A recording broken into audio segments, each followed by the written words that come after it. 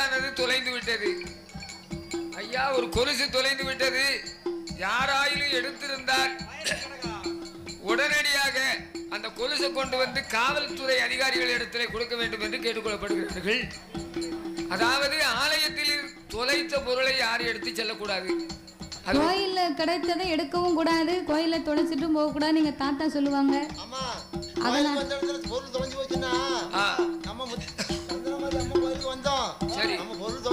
அப்படின்னு மனசு சங்கடப்படும்.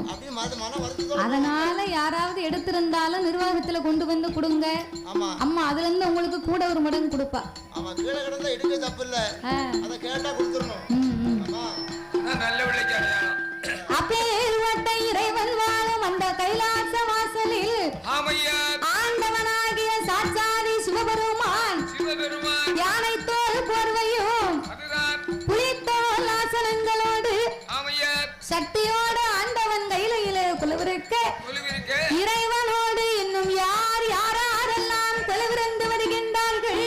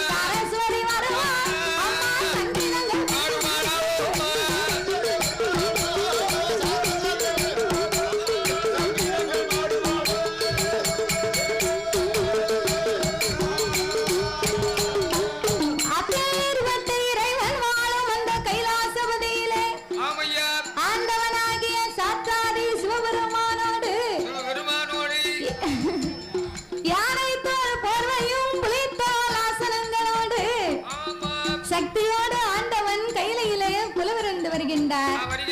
அப்படி குலவிருக்கும் இறைவன் 14 உலகத்தையும் இறைவன் படைத்து 224 புவனங்களையும் ஆண்டவன் படைத்தார். 7 சப்தா சாரங்களாகப்பட்ட கடல்களை படைத்து கல்லுக்குள் இருக்கும் தேரையும் தாயார் கருப்பையுக்குள் வாழும் சிசுவையும் முட்டைக்குள் உருவாகும் குஞ்சியவும் ஆண்டவன் படைத்து ஓர் அறிவு முதல் 6 அறிவு படைத்த நாமளை போன்ற மானிட மக்களை ஆண்டவன் படைத்தார். நாமளை ஏன் படைத்தார்? எதற்கு படைத்தார்? மண் உலகிலே மனிதர்கள் எல்லாம் ஒற்றுமையாக வாழ வேண்டும் என்று தான் ஆண்டவன் இந்த உலகத்தை படைத்தார். ஒற்றுமையா வாழணும்னு உலகத்தை படைத்தார். ஆனா இன்னைக்கு ஒற்றுமை இங்க எங்கேயாவது இருக்கா? எங்கேயுமே இல்ல. நம்ம குடும்பத்திலே ஒருத்தருக்கு ஒருத்தர் ஒற்றுமை இல்லையே. ஊரெல்லாம் உலகமெல்லாம் ஒற்றுமையா இருக்கணும்னா எப்படி இருக்கும்? அண்ணன் தம்பிக்கு ஒரு 2 பேருக்குமே ஒரு ஒற்றுமை இருக்காது. அண்ணன் தம்பிக்குள்ளனா 5 வயசு வரைக்கும் அண்ணன் தம்பி, 10 வயசு வரைக்கும் பங்காளி, 20 வயசுல இப்ப எதிரி மாதிரி இருக்காங்க. எங்க நம்மளை விட பெரிய ஆளா வந்துருவானோ, நம்மளை விட பெரிய வீடு கட்டிடுவானோ அப்படின்னு ஒருத்தருக்கு ஒருத்தர் இன்னைக்கு போட்டி பொறாமையா இருக்கு. ஒரு ஆளு நம்மளை விட நல்லபடியா முன்னேறி போயிட்டாங்கன்னா பரவாயில்லையே, நேற்று ரொம்ப சங்கடப்பட்டாரு, இன்னைக்கு ஒரு வழியா நல்ல வாழ்க்கைக்கு வந்துட்டாரு அப்படின்னு சந்தோஷப்படக்கூடிய மனப்பான்மை இன்னைக்கு யாருக்குமே கிடையாது.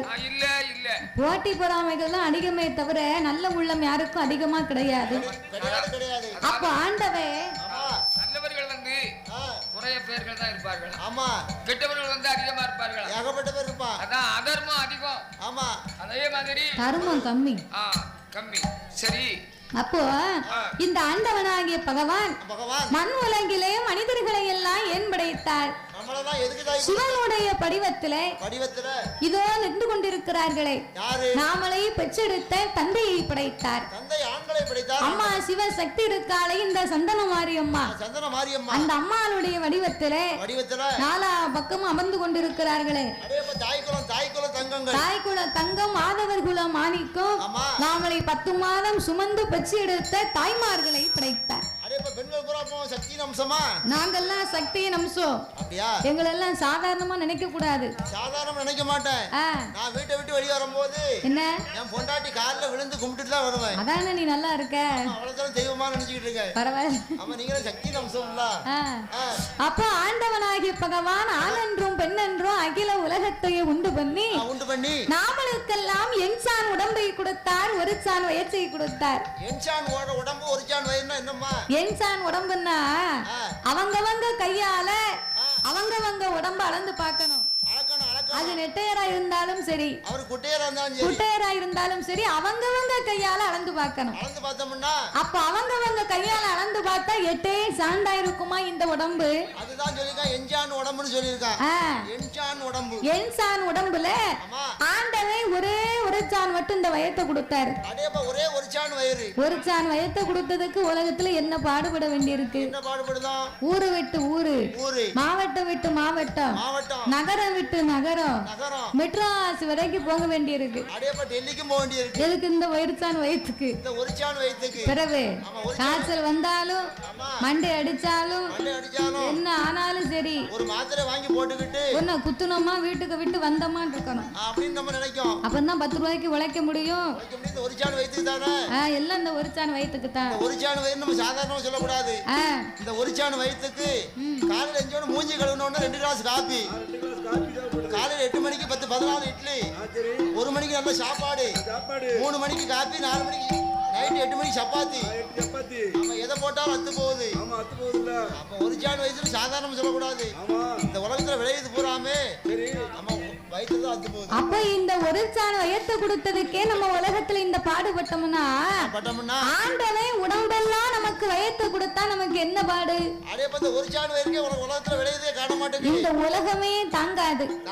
அதுக்குத்தான் ஆண்டவன் மனிதனுக்கு இதுக்கு மேல உருவமே உனக்கு வேண்டாம்ப்பா, இதோட உருவத்தை முடிச்சுக்க அப்படின்னு தான் ஆண்டவன் தலையில முடிய கொடுத்தாராம். முடிக்கு மேல என்னமோ உண்டா? வேணுதான் இருக்கு. அது மருந்து போட்டு இப்ப அழிச்சிட வேண்டியதான். பிறகு அப்போ ஆண்டவன் இவ்விதமாகவே நாமலை படைத்து 6 அறிவை கொடுத்தார், 9 தத்துவத்தை படைத்தார். மனிதர்களுக்கெல்லாம் 3 ஆசைகளை கொடுத்தார். மண் ஆசை, பொன்னாசை, பெண்ணாசை என்று 3 ஆசைகளை கொடுத்த முக்கண்ணனாகிய பகவான் இந்த மனிதர்களை படைத்தால் மட்டும் போராது. படைத்த மக்களுக்கு மரம், செடி, கொடி, பயிர், புல் போன்ற இலை தாவரங்களோடு ஆடு, மாடு, கன்றுகாடுகள் அதனையும் படைத்து படைத்த மக்களுக்கெல்லாம் பட்டினி இல்லாமல் படியிழக்க வேண்டும் என்று ஆண்டவன் எப்படி படியிழந்து வருகின்றார் தெரியுமா? நாளை நல்ல தினை எடுத்து, நாளை நல்ல தினை எடுத்து, நாளை நல்ல தினை எடுத்து அவன் நாடு எங்கும் படி அளந்தார், அவன் நாடு எங்கும் படி அளந்தார்.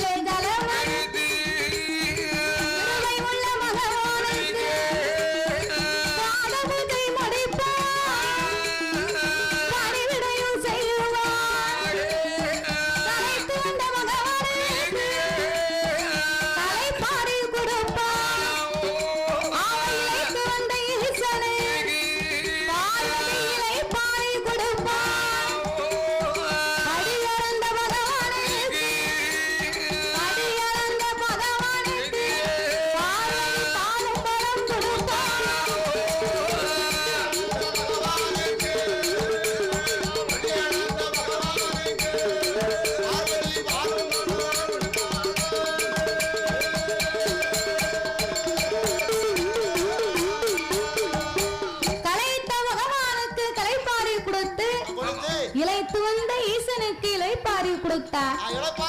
படியிழந்த ஆண்டவனுக்கு பாலும் பழமும் கொடுத்தாராம் அந்த பார்வதா தேவி. அவெல்லாம் பொண்டாட்டி. அவெல்லாம் பொண்டாட்டியா? ஏன் எதனால? நம்ம பொண்டாட்டி இருக்காள. இப்ப நான் வெளிப்படிச்சு வீட்டுக்கு போனோம்னா சரி என் பொண்டாட்டி சட்டாப்பையோட நிக்க. எதுக்கு? ரூபா கொடுக்கறதுக்கு. ரூபா கொடுத்தா தோசை சுட்டு தருவா. ரூபா கொடுக்கலன்னா பூசை கொடுப்பா சட்டாப்பையிட்டு. சரிதானே, நல்ல வேலை. நம்ம பொண்டாட்டி அப்படி நிக்க. சரி அவ எதுக்கு அப்படி நிக்கான்னா சட்டாப்பையில நிக்கட்டாலும் நம்ம சொன்னடி கேட்க மாட்டோம். அதானே இருக்கிற ரூபா கூட காசு மார்ல கொடுத்துட்டு சரி சும்மா வீட்டுக்கு போவோம். ஆமா சும்மா மத்திரமா போவோம். அவர் வேலை பார்த்து வீட்டுக்கு போகும்போது ரூபாய கொண்டு போய் கொடுத்தாருன்னா நல்ல எங்க ஆச்சி நவதானிய தோசை சுட்டு கொடுப்பா. கொஞ்சம் போல இருக்கும். ஆமா சரி நவதானிய தோசைன்னா அடை தோசை. தோசையா? பிறகு சரி அவரு ரூபாய கொடுத்தா தோசை, ரூபாய கொடுக்கலன்னா சட்டாப்பைட்டு 2 பூசை. சரியான அதுக்குதான் அவன் சட்டாப்பையோட நிக்க. நீ நல்ல வழியா போகணும்னா ஆனா பிறந்தவரை நல்லா அடிச்சு பத்ததுக்கு ஒரு ஆள் இருந்தா தான் அவர் நல்ல வழியில போவார். இல்லைன்னா அவர் இஷ்டத்துக்கு காடு மாடு அலைவாரு. ஏன் அப்படின்னா இந்த ஆம்பளைய பூரா சவதியை கண்டா மதிப்பாங்களாம், தண்ணிய கண்டா கழுவுவாங்களாம். அவங்க போனா அப்படி. அதனால நம்மள மாதிரி ஒரு தாய்மாரி இருந்தா தான் நல்லா இருக்கும். பொறுப்பு இருக்கும். வீட்டுல மனைவி பேச்ச கேட்டு வந்தா நல்லா இருக்கும். உருப்படிக்கு வருவான், இல்லனா உருப்படிக்கே வர மாட்டான். அப்ப இந்த பார்வதா தேவியாகப்பட்டவா சரி ஆண்டவனாகிய பகவானுக்கு களைப்பாரி இளைப்பாரி கையிலே புழுவிருக்க இரு பேர்களுமே குலவிழுந்து வருகின்ற போது மறுநாள் பொழுது விடிந்தது. அந்த மங்கையாகப்பட்ட பார்வதா தேவி ஆண்டவனுக்கு என்றைக்கும் போலவே அவர் பக்கத்திலே அமர்ந்திருக்க அப்ப சிவபெருமானை பார்த்து சிவனார் தேவி ஒரு சந்தேகத்தை கேட்டார். ஆண்டவா பரம்பொருளே, என்னைக்குமே நீங்க இந்த உலகம் எல்லாமே படியிழந்து வருகிறீங்க. அப்படி உலகம் எல்லாமே நீங்க படியிழந்து வரும்போது இந்த உலகத்திலே உள்ள மக்கள் எல்லாம் யாரை வணங்கி வருகின்றார்கள்? ஆண்டவா, உலகத்தில் உள்ள மக்கள் எல்லாம் உங்களை வணங்கும் போது உலகத்தில் உள்ள மக்கள் எல்லாம் உங்களை வணங்கும் போது எனக்கு தெரியாமல் யாரோ 2 பேர்களை நீங்கள் வணங்கி வருகின்றீர்கள். அவங்க 2 பேரும் யாரு? ஏன் அவர்களை நீங்கள் வணங்கவில்லை? அம்மா பார்வதி, உலகத்தை நான் படைத்தேன், பாதுகாத்தேன், படியிழந்து வருகின்றேன். படியிழந்து வருகின்ற ஆண்டவன் உலகத்து மக்களை எல்லாம் நானே காத்து ரசித்து வருகிறேன். அம்மா ஆண்டவா, 10 பொருளுக்கும் அர்த்தமா இருக்கிறீர்களே, ஆனால் தாங்கள் எப்படி இருக்கிறீர்கள்? ஒன்றாண்டி சிவ உதய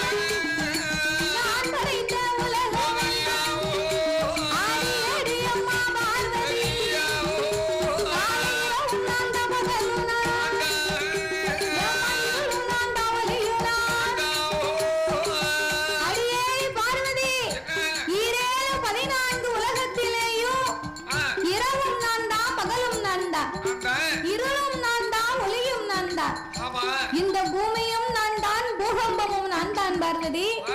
சுனாமியும் நான் தான், சுழலும் கோள்களும் நான் தான். 8 திசையும் 16 கோணங்களும் அடையேன் தான் அம்மா. அப்படி இருக்க இந்த ஆண்டவன் மீது உனக்கு என்னடி சந்தேகம்? ஆண்டவா, இத்தனை பொருளுக்கும் அட்டமா இருக்கக்கூடிய தாங்கள் ஏன் வேறு இருவீர்களை வணங்கணும்? பார்வதி, இரவும் பகலும் மரணமான இன்னைக்கு யாரால முடியும்? காலையிலே தோன்றும் கதிரவன், மாலையிலே தோன்றும் சந்திரன். சந்திரனும் சூரியனும் இல்லையானா சகல உலகத்துக்கு ஒளி கிடைக்குமா? ஒருபோதும் கிடைக்காது. அதனால் என் வலது கண்ணை சூரியனாகவும் என் இடது கண்ணை சந்திரனாகவும் நான் வணங்கி வருகிறேன் அம்மா. இதுல என்ன உனக்கு சந்தேகம்? ஆண்டவா பரம்பொருளே, வலது கண்ணு சூரியன் இடது கண்ணு சந்திரன் சொன்னா உண்மையா? ஆம் பார்வதி, அதுதான் உண்மை என்றார். நான் சொல்லுவதை உன்னிடத்திலே சொல்லிவிட்டேன். பெண்ணா பிறந்தவா, நீ நம்புவதும் நம்பாமல் இருப்பது உன் விருப்பம். அப்போ பார்வதி பார்த்தா, அது எப்படி இந்த ஆண்டவனுடைய இரு கண்களுமே சந்திரன் சூரியனா இருக்க முடியும்? இன்றைக்கு இதனையே நாமல் பரிசோதித்து பார்க்க வேண்டும் என்று அந்த ஆதிபராசக்தி அம்பிகை அங்க இருக்க நீ